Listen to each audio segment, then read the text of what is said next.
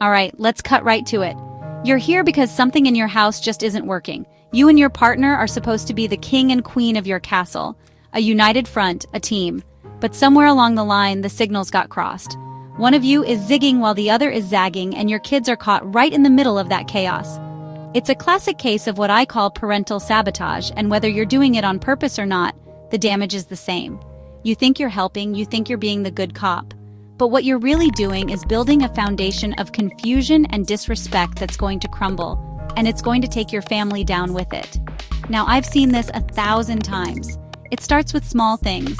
A little comment here, a different rule there. But those small cracks spread, and pretty soon you've got a full-blown fracture in your parental authority. Your children, who are smart little manipulators by nature, learn very quickly how to play you against each other.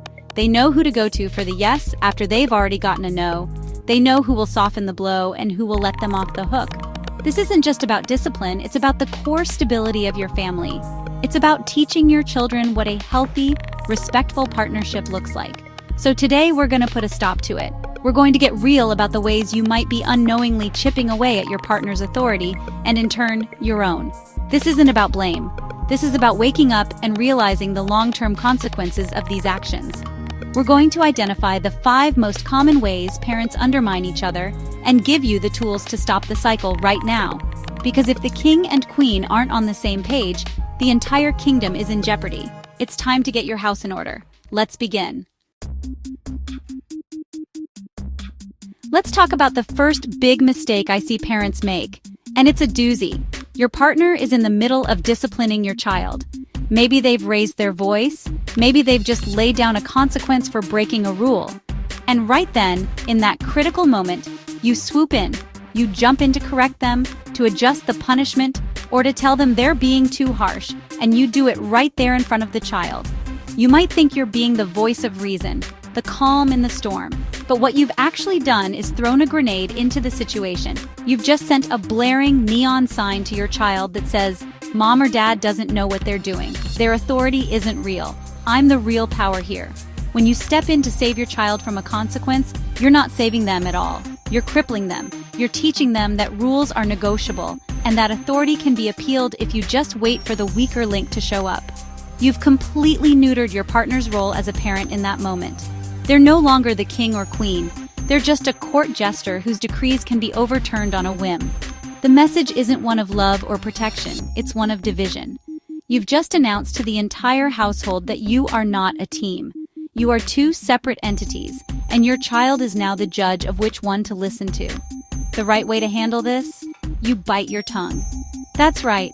You stand there and you let your partner finish what they started, even if you're screaming on the inside. You support the play. You present that united front, unbreakable and absolute. Your child needs to see that the 2 of you are a solid wall. Later, when the kids are in bed and the emotions have settled, you have a private conversation. You say, hey, I was uncomfortable with how that went down. Can we talk about a different approach for next time? That's how adults solve problems. That's how leaders lead. You discuss, you strategize, you get on the same page, and you do it behind closed doors. This next one is a classic power play, whether you realize you're doing it or not. Your child comes to you and asks, "Can I go to Jimmy's house?" And you say no. 5 minutes later, they go to your partner and ask the same question, and your partner says yes.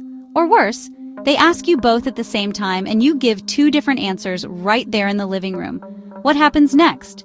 An argument, a debate, a negotiation, all happening with your child as the star audience member. You've just handed them a front row ticket to the breakdown of your parental authority. You are actively teaching them that your no isn't final and that your partner's yes can override it. This isn't just confusing for a child, it's a strategic lesson in manipulation. They learn that if they don't like the answer they get from one parent, they just need to shop for a better one from the other. You're creating a system where they can pit you against each other to get what they want. It turns your family dynamic into a game of good cop, bad cop, but you're not interrogating a suspect. You're raising a child who is learning to disrespect and disregard one or both of you. A united front means that a no from one parent is a no from both, and a yes from one is a yes from both. There's no daylight between you. So, what's the strategy here? It's simple, but it takes discipline. If your child asks you a question and you're not sure what your partner would say, your default answer should be, Let me talk to your mother or father and we'll give you an answer together. That's it. It's not maybe, it's not we'll see, it's we are a team, and we make decisions as a team. Even if you know you disagree with your partner's likely stance, you present the final decision as a joint one. You back each other up in public, and you hash out your differences in private. Your unity is your power. Don't give it away just to be right in the moment. All right, so your partner has laid down the law. The child is sent to their room, a privilege is taken away, or screen time is canceled for the night. The discipline has been delivered. The house is quiet.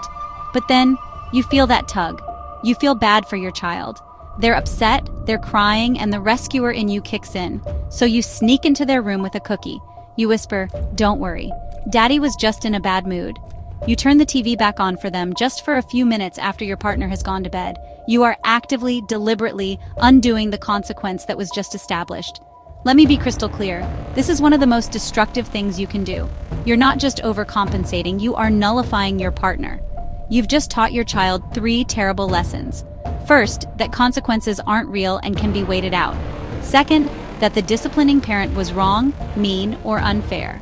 And third, that you are the good parent, the one who truly understands them, creating an unhealthy alliance against your own partner. You are trading short-term comfort for your child for long-term dysfunction in your family. You're making your partner the villain so you can be the hero. The pain or sadness a child feels from a fair consequence is not something you need to fix. It's a critical part of learning. That discomfort is what teaches them that actions have repercussions. When you swoop in to erase that discomfort, you rob them of that lesson. You're not comforting them. You're indulging your own need to be liked. A truly supportive partner backs the play. Even after the whistle has blown, the consequence stands. Instead of sneaking them a cookie, you can say, "I know you're upset and it's okay to feel that way. Let's talk about how we can make better choices tomorrow." You validate their feelings without invalidating your partner's discipline.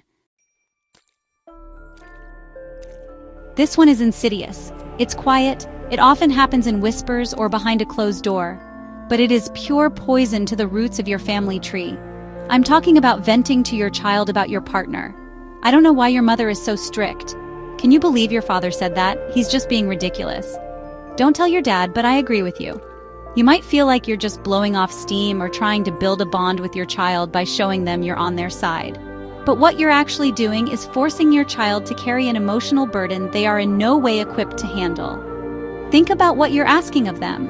You're forcing them to choose a side in a conflict they should not be a part of. You're painting one of their 2 pillars of security, one of their parents, as flawed, untrustworthy, or foolish. This destroys that parent's credibility in the child's eyes. How can a child respect a parent who they've been told is ridiculous or clueless? You're creating an emotional division, a secret alliance that fundamentally damages the child's relationship with your partner. And don't fool yourself. It damages their relationship with you too, because you've just shown them you're someone who talks behind people's backs. Your child is not your therapist. They are not your confidant or your co-conspirator. They are your child. Your disagreements, your frustrations, your anger toward your partner, that is adult business, and it needs to be handled between adults. Vent to a friend, a therapist, your sister, anyone but the child you are supposed to be raising together. When you are tempted to say something negative, you need to stop and ask yourself, what is my goal here? If the goal is to make yourself feel better at your partner's expense, you have a serious problem.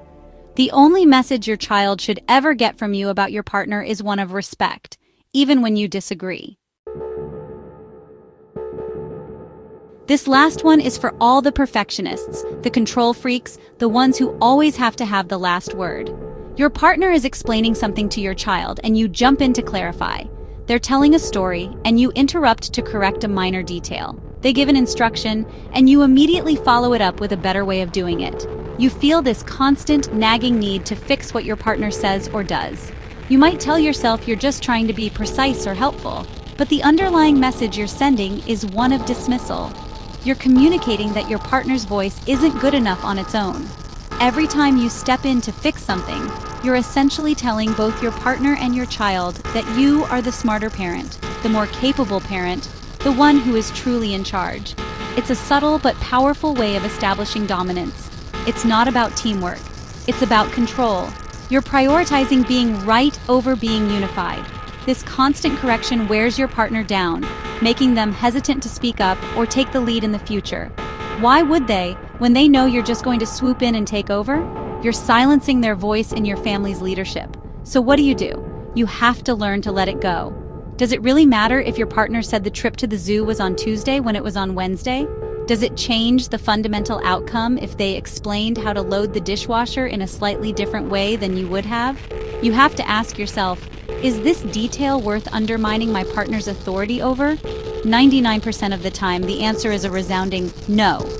Focus on the bigger picture, presenting a united, respectful team to your children. Your unity is far more important than winning a meaningless point about a trivial detail. Let your partner have their voice. So, we've laid it all out on the table. We've looked at the subtle and not so subtle ways parents sabotage each other, creating chaos where there should be calm and division where there should be unity. Maybe you saw yourself in one of these examples, or maybe you saw yourself in all 5. The first step is acknowledging it, and you've done that by watching this. The question now is, what are you going to do about it? Because knowing there's a problem and fixing the problem are two very different things. This isn't just about changing a few habits. It's about fundamentally shifting your mindset from me to we. Your children don't need a perfect parent. What they need are 2 parents who respect each other, who have each other's backs, and who present a consistent and predictable front. They need to know that the king and queen of the household are ruling from the same throne, speaking with one voice. This is the foundation of their security.